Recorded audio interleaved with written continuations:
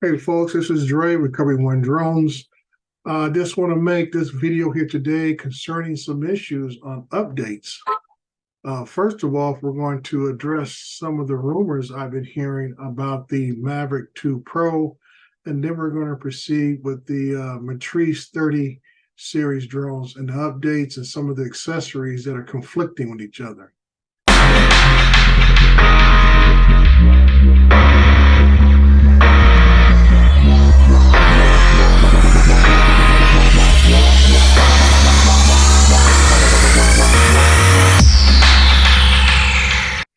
So first off, we're going to address this Mavic 2 Pro issue. I saw a video approximately about a week ago by a young lady who was announcing that she had heard about someone updating to the new, I should say, update to the Mavic 2 Pro, which provided to have remote ID. I was a little skeptical myself, but I listened to the whole video. She didn't put out any information as far as what the firmware update numbers were, and I thought that was kind of odd. So I did comment on her video to address that there should have been some language stating what was the new firmware update, so people, when they go look for it, they would be able to match up the new numbers. She told a story about an individual who did the update and then had some issues with his drone getting an error, but there was no information as far as what was his last update to the one he claimed to update to get remote ID. Now, since that videos came out, I have been searching high and low. I have checked the DJI forums. I've reached out to a few people. I've checked other sites. I have checked, like I said, I checked out the DJI store site, anywhere I could find anything with DJI and the Mavic 2 Pro. And I have yet to see an official update come from DJI from the last update that happened, I believe, in 2021. Okay, so be careful with the information that is out there. I saw on a Facebook thread that a couple of people claimed that they had done the upload, didn't state where they got it from. One said that you had to use the DJI Mavic 2 Pro Assist, which, once again, the firmware numbers and everything else doesn't match up what officially comes from DJI. Now, I know DJI can sometimes put things in on the slide and don't say much about it, but I think this remote ID update is something that everyone is anticipating. They put out information that they would try to have all their drones from the Phantom 4 Pro version 2 going forward up to the latest ones that have been sold in the last year or so. We'll have remote ID by December 31st of 2023. And up to this point, DJI has kept their words. I have received updates for my Phantom 4 RTK, what makes it remote ID compatible. I received updates for my Phantom 4 Pro Enterprise Advanced, which makes it remote ID compatible. So DJI, as far as I'm concerned, has been keeping their word. But this right here, I think people are just getting a little antsy as we get closer to the end of the year, are putting out some, I want to say, just put out some non-factual, I say, non-fact-based information, just, I think, to stir the pot. And, I tell folks who still have the Mavic 2 Pro like I do, I think the Mavic 2 Pro is still an excellent drone. And I use it on a lot of my jobs still because there's certain things that drone can do, and the results I get from that drone are just a little more efficient than doing it with another drone.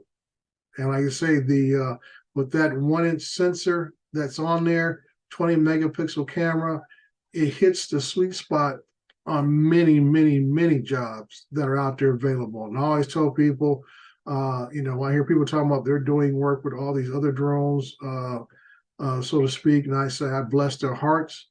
But I say when you have clients that have a certain standard Usually the 1-inch sensor, 20 megapixel camera standard is the one that go out there when you start doing commercial work for other clients out there.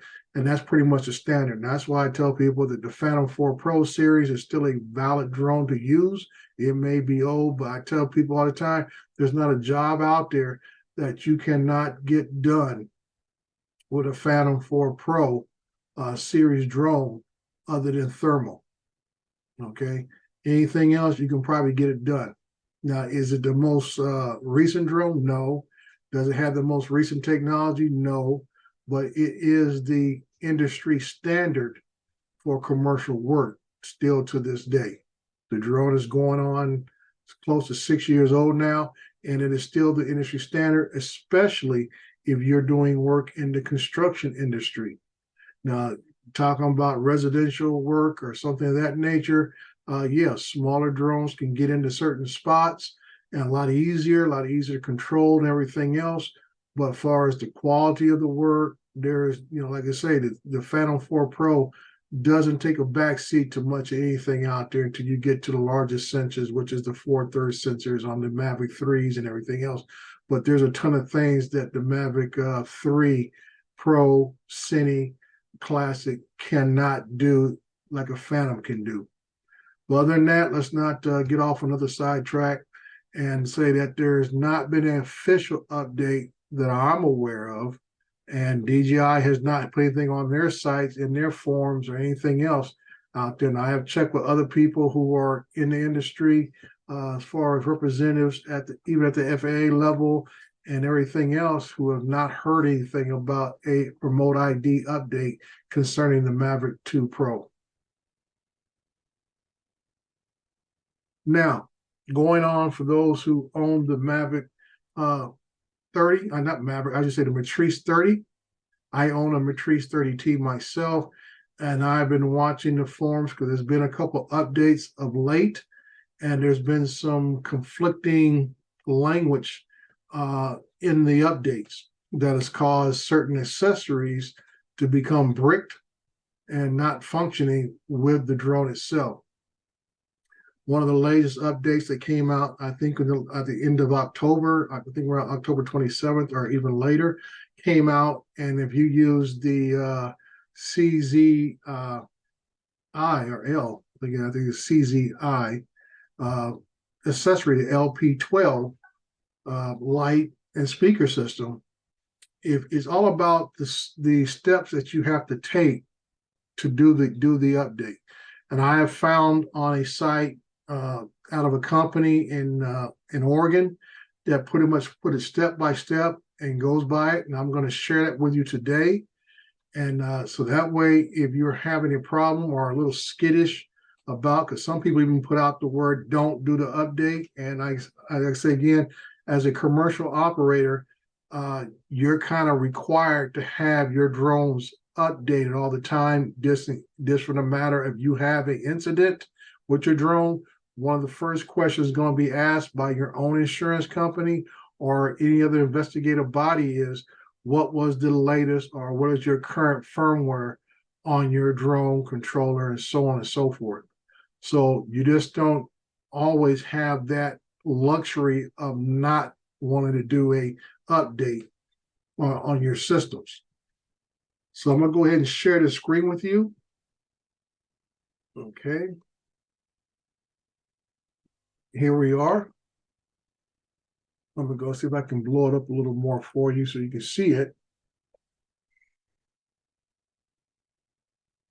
There we go.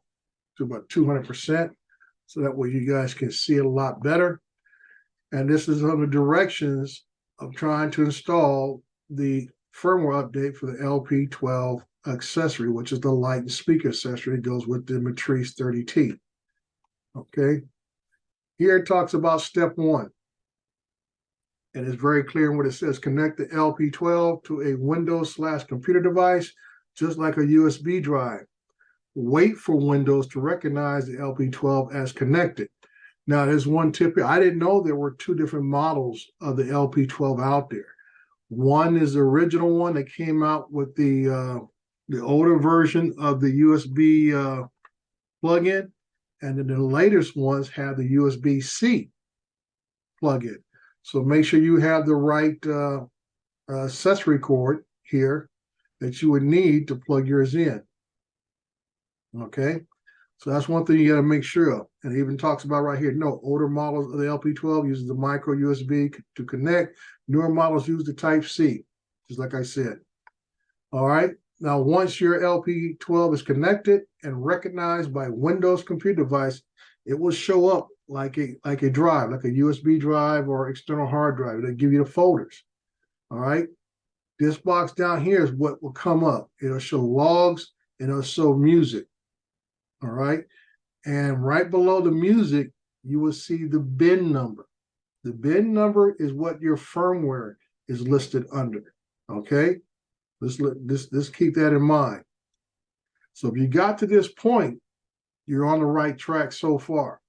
Now you need to go to the site here to locate the latest firmware version for the LP12 and download the bin file to your Windows computer device. Save this file to your Windows device. The newest firmware can be downloaded at this right here. Okay, this web address right here. You can get the new one. But it tells you to copy and paste the one you already have. Do not delete it. Do not delete it. Make a copy of it and paste it to your desktop screen so you know where it's at. Okay. Then they tell you when you get to the site that has the new downloads, you'll get a LP12. This is the new version right here, 03.01.03.09.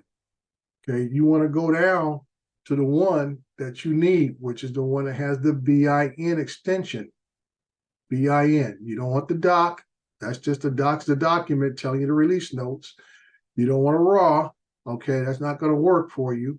Another one is another generic docs. So the one down here is what you want, the BIN. That is what you want right there. Okay. You will, once again, copy this file.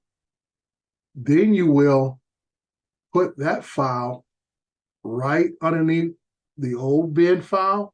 You would paste it right there underneath that. Under the music folder, there'll be the old bin still there, and you will add it, and it'll come up on the other one. All right? That means you should have two bin files on your device. Two, not just one. You should have two. The old one and the new one you just downloaded. They both are supposed to be there. Now, next step, step 4. When unpacking the LP12, make sure to update in succession. If not done in succession, can result in packet loss or putting the LP12 into a write lock, or will render the LP12 non-functional. And this is what has been happening to people because they're out of sequence with the update. That is what the real problem is. They're out of sequence with the update. Okay? And as I said earlier about do not delete the previous firmware, this will cause damage. Because there's information in the original firmware, the original bin file, that it needs to add the new one to it. All right. So this is how you, like I said before, this is how your LP12 should look right here. This is the old. Let me see here. This is the old version. This is the new one. Okay. Right there. I'm sorry. This is the old one. This is the new one right there. There we go. Now, make sure this is just a computer note for those who may not be computer savvy or new whatever, or people who just get a little too excited. Make sure you close out your drive window before you disconnect the USB cord from the LP12. Okay, or you can go through the what we call the USB eject protocol, which means you go down there and you ask for you to eject a USB drive, and you would pick that drive, and your computer will systematically eject it so then you can pull the cord. If you close the drive out, it's the same thing will happen. Step 5. Once the new firmware is copied to the LP12, you can eject the LP12 from your device. That's what we're talking about ejecting. If you don't eject properly, you can cause a file corruption. It's just like in the old days when if you didn't close Windows properly or whatever, it can corrupt the operating system. If you have some kind of abrupt disconnect power-wise, something like that, you can have a corruption of all your files if you didn't close out the computer correctly or close out a program correctly. It can cause a corruption of the files within the system itself. So that's what we're talking about, ejecting properly, closing out the drives that you're looking at, close that out, and that way you can pull the USB cord without causing a corruption in the files. Step 6, install your LP12 onto the M30, plug it into the PSD-K port, as it shows right here in the picture. Okay. I will tell you now, make sure you have batteries at least 50% on the batteries. Make same thing with the controller, at least 50% in the controller. The more power you got to play with, the better. All that kind of good stuff. Now it tells you, turn on RC Plus and the M30. Once the Pilot 2 recognizes the LP12, it will begin to update on its own. So what it's trying to tell you, if you own this drone, when you work with it, it will announce when the PSD-K is connected. So don't get excited if this does not pop up right away. When you first turn on the controller in the drone, you'll get the M30T payload and you'll get the controller. Maybe about anywhere between 15 to 30 seconds later, this will pop up on your opening screen. LP12 PSD-K will pop up on your screen. Okay, so don't get excited if you don't see this right away. It is still initializing, and this will pop up. And like I say, you will hear through the speaker that the PSD-K has been initialized.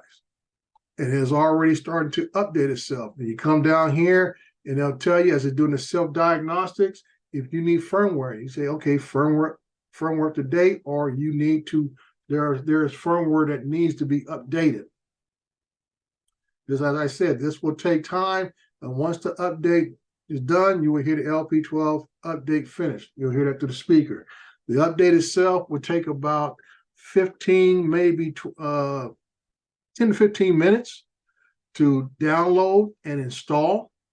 You'll hear a bunch of bells and whistles. You'll see the drone turn on, initialize a couple of times. It doesn't actually power off, but it will cycle a couple of times like any other drone does when you do a firmware update. So don't get excited about that. And do not turn off your controller and do not turn off the drone during this installation process, or you could break both of them if you're not careful. All right. Once it shows that the update is installed, you can cycle. You'll see the initialization on the controller screen redo itself. It'll go back to the DJI splash screen. Will come back on and bring up everything again and start the initialization. At this time, you power down the drone and re-power it up. Like it says here, power cycle the aircraft with the LP12 attached. You can leave the controller on. Like I said, go through the splash screen, go through there. Run through all the settings on the LP12 and make sure everything is working properly. And before I go a little further, this is why I tell you about any drone you may have. Anytime you do a firmware update, you need to check all your settings. Because when you do a firmware update, I would say 90–95% of the time, all your previous settings get brought back to the default setting.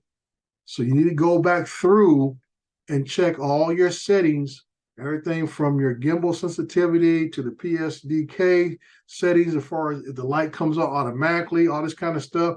My thing is here is go through all your settings and don't panic right away if the light doesn't come on as soon as you start the drone up, because it might be that the setting has been turned off, which is the default mode, that the spotlight is turned off, or the follow the gimbal is not turned on, the slide is not on. So make sure you go through all your settings first, make sure you have it back in place the way you like it, and then continue going through the drone itself. Okay, and it says here, once you determine that the LP12 and the aircraft are functioning properly, you are ready to fly. And that's why I said that, you know, going back through all your settings is crucial. Too often people do firmware updates, do not go back through all their settings, and then the first thing they do, they want to jump on Facebook or whatever platform, and they want to cry foul. They say that the firmware is no good, DJI, you know, BS them on something else, and all it is, they didn't go back and check all the settings that they had pre-set up prior to the firmware. So you need to go back, check all your firmware, check all your settings, because the firmware will put everything back to default mode from there. So let's go through here. This is another screen. So that is what needs to take place on this update. I have done it on mine. Everything worked fine. Tested everything out on the LP12. Works like a dream and so forth. The only thing I found out about the LP12, I liked something here that I saw, and that's this music file. Now, I haven't used mine for music or anything, but I know some people like to use the music, put music on there, whatever the case may be.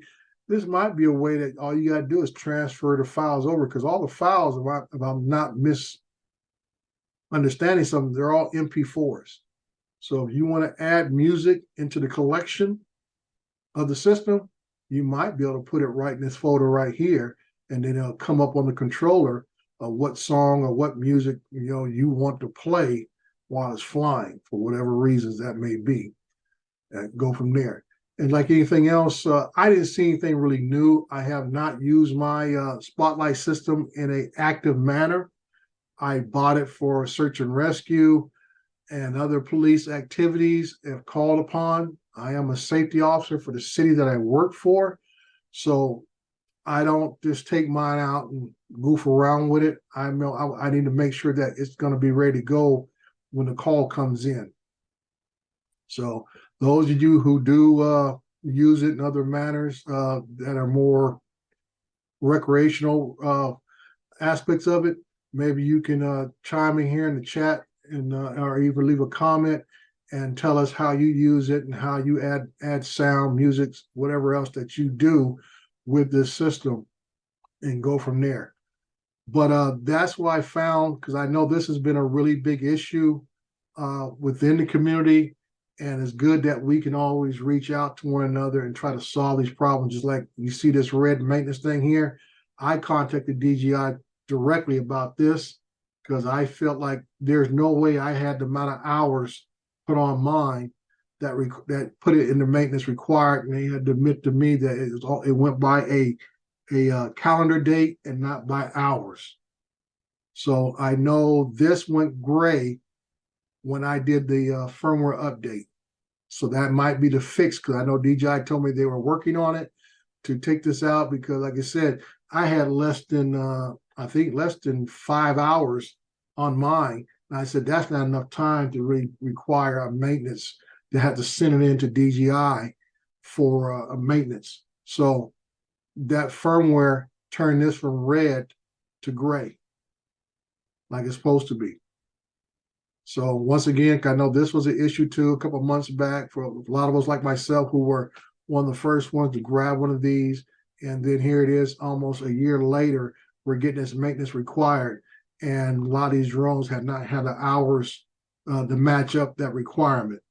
So there's a lot of things that go on into firmware updates to correct things, to fix things, bug fixes and everything else, and to overall make the drone a little more friendly to use and so forth. So this is Dre, Recover One Drones. I hope this helped out somebody out there. Please leave a comment or whatever the case may be. hit the subscribe button if you so desire, but I will continue to put out information that helps our community become better pilots, better operators, and also make us fly safer. Thank you. Have a good day. Bye-bye.